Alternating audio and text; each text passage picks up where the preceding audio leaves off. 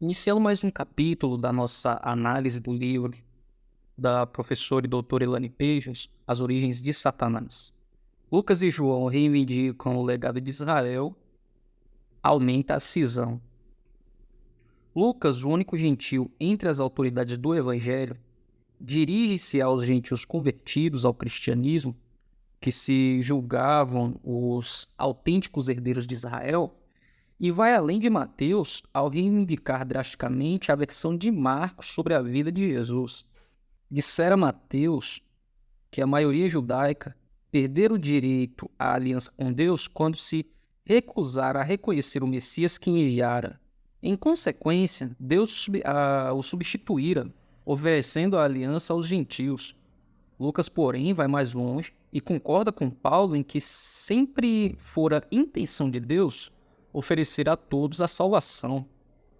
A visão de salvação universal de Lucas convida gregos, asiáticos, africanos, sírios e egípcios a se identificarem com tanta certeza como fazia qualquer essênio, como membros da verdadeira Israel. Os cristãos, em toda parte, ainda confiavam todos os dias em suas preces, hinos e liturgias, e principalmente na mensagem de Lucas. E ele ultrapassa Marcos e Mateus ao deixar explícito aquilo que os outros apenas insinuaram. A conexão entre os inimigos judeus de Jesus e o maligno, no caso o diabo. Em Lucas, o próprio Jesus, quando foi preso, sugeriu que o grupo que o prendera, formado pelos principais sacerdotes, capitães do templo e anciãos, estava aliado ao maligno, que nesta passagem se chamou de poder das trevas.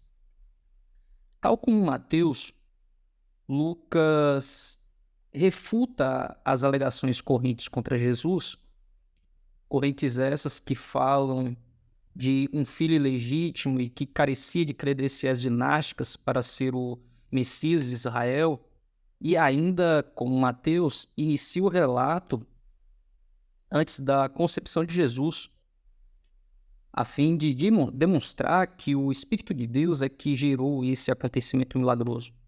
Segundo Lucas, foi o Espírito ou seus agentes, no caso os anjos, que deram início aos fatos maravilhosos que cercaram o nascimento e a infância de Cristo. Mas ao contrário de Mateus, ele não fala em animosidade da parte de Herodes ou do povo de Jerusalém contra o menino Jesus, como acontece em Marcos. Contudo, quando ele apareceu já como um homem feito, batizado e cheio do Espírito Santo, o diabo imediatamente o desafiou. 3 vezes derrotado, diz Lucas que o diabo se apartou dele até o momento oportuno. Frustrado na tentativa inicial de vencer Jesus, o diabo só encontra uma oportunidade ao fim do texto, quando os principais sacerdotes e escribas conspiraram para tirar a vida dele. Nesse ponto, diz Lucas, Satanás entrou em Judas, chamado Iscariotes, que foi entender-se com os principais sacerdotes e os capitães como ou de que forma lhe entregaria ao Jesus. Então eles se alegraram e combinaram em lhe dar dinheiro.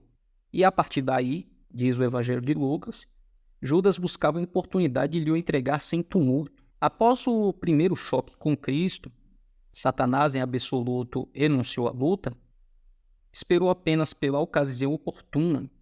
Durante toda a carreira pública de Jesus, o diabo trabalhou às ocultas sob a terra, ou, para ser mais exatos, na terra, através de agentes humanos. Logo depois de sua luta solitária com Satanás no deserto, na primeira vez em que falou em público, Jesus teve uma boa acolhida entre a multidão, que de inesperado se transformou numa cena brutal, quase letal de violência. Lucas diz que Jesus, após o batismo, dirigiu-se, como de costume, para a sinagoga em sua cidade natal de Nazaré, onde leu para a congregação um trecho profético do profeta Isaías e em seguida anunciou: hoje se cumpriu a escritura que acabais de ouvir. Todos lhe davam testemunho e se maravilharam das palavras de graça que lhe saíam dos lábios. Jesus afirmou então que o povo de sua cidade o rejeitaria. Nenhum profeta é bem recebido na sua própria terra, onde ele faz uma observação. e declarou que Deus pretendia levar a salvação aos gentios, mesmo ao custo de ignorar Israel. Na verdade, eu vos digo que muitas viúvas haviam em Israel no tempo de Elias, e a nenhuma delas ele foi enviada, senão uma viúva de Sarepta de Sidom. Havia também muitos leprosos em Israel nos dias do profeta Eliseu, e nenhum deles foi purificado, senão Naamã, o sírio. E ouvindo essas palavras, Lucas continua, quando ele diz, no capítulo 4, entre os versículos 28 e 29, todos na sinagoga se encheram de ira, e levantando-se expulsaram-no da cidade e o levaram até o cume do monte, sobre o qual estava edificada, para de lá precipitarem abaixo. O cume do monte era onde estava edificada a cidade. Jesus, porém, retirou-se com rapidez, escapando assim da primeira tentativa contra a sua vida. A partir desse fato, os escribas e os fariseus começaram a conspirar contra ele, observando de um jeito disfarçado, à espera de uma oportunidade de achar e do que o acusar. Quando ouviram curar no sábado, eles se encheram de furor e discutiram entre si quanto ao que fariam a Jesus. Os fariseus de Lucas, porém, ao contrário dos de Mateus, não eram unanimemente hostis a Jesus. Alguns manifestaram interesse por ele e convidaram-no a jantar. Outros até o advertiram de perigo, ao passo que outros ainda fizeram com gosto o papel de Satanás, conspirando para matá-lo. Lucas, às vezes, chama os fariseus de avarentos e diz como eles confiavam em si mesmos por se considerarem justos, características essas que censura também nos outros, e demonstra a empatia especial de Jesus com os menosprezados, os pobres, os doentes, as mulheres, os samaritanos. Os seguidores de Jesus incluíam muitos publicanos e prostitutas. Lucas crê que eles também eram filhos de Deus.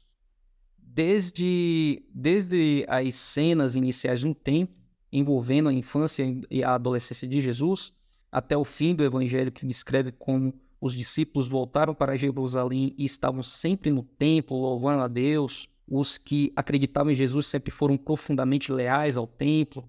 Talvez os únicos israelitas autênticos restantes em Jerusalém. Lucas, com certeza, quer mostrar que eles estavam mais próximos de Deus do que os fariseus ou quaisquer outros líderes religiosos judaicos. A guerra espiritual entre Deus e Satanás, que se refletia no conflito entre Jesus e seus seguidores e os líderes judeus, intensificou-se ao longo de todo o evangelho.